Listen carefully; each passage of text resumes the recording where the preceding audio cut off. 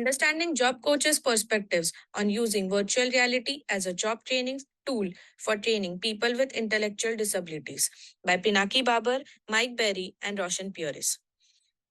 People with ID often face barriers to employment, such as a lack of appropriate job skills and difficulty with social interactions.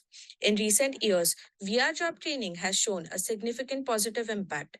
However, there needs to be more focus on understanding the perspectives of job coaches who train people with ID on virtual reality as a positive training tool. What are the experiences and expectations of job coaches on using VR for training people with ID, and how can these VR interventions help improve this experience? Was the major research question for the study. The study was conducted in three main phases. We started with a workshop, then conducted a design sprint, followed by individual interviews, and eventually analyzed all the collected data. The first phase was a workshop with a focus group of 5 job coaches. They were first allowed to interact with an existing training application called Job Simulator by the Oculus, followed by 3 demo scenarios we designed for the study: a hand washing tutorial with quizzes, a bathroom cleaning task, and customer interactions at a retail store. The design sprint focused on developing the project's logistics through understanding job coaches' long term goals, challenges, and potential ideas for the simulator. Lastly, the interviews gave insights into the behavioral aspects of the job coaches' training process, their backgrounds, and experiences. The data collected from all these phases were thematically analyzed.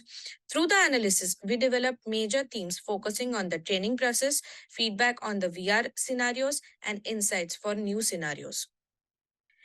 Based on these observations, we recommend scenarios to be simple with direct call to actions, inclusive of unique intellectual and allied physical challenges, consisting of life skills training modules and enhanced virtual touch through gesture and non gesture controlled interactions.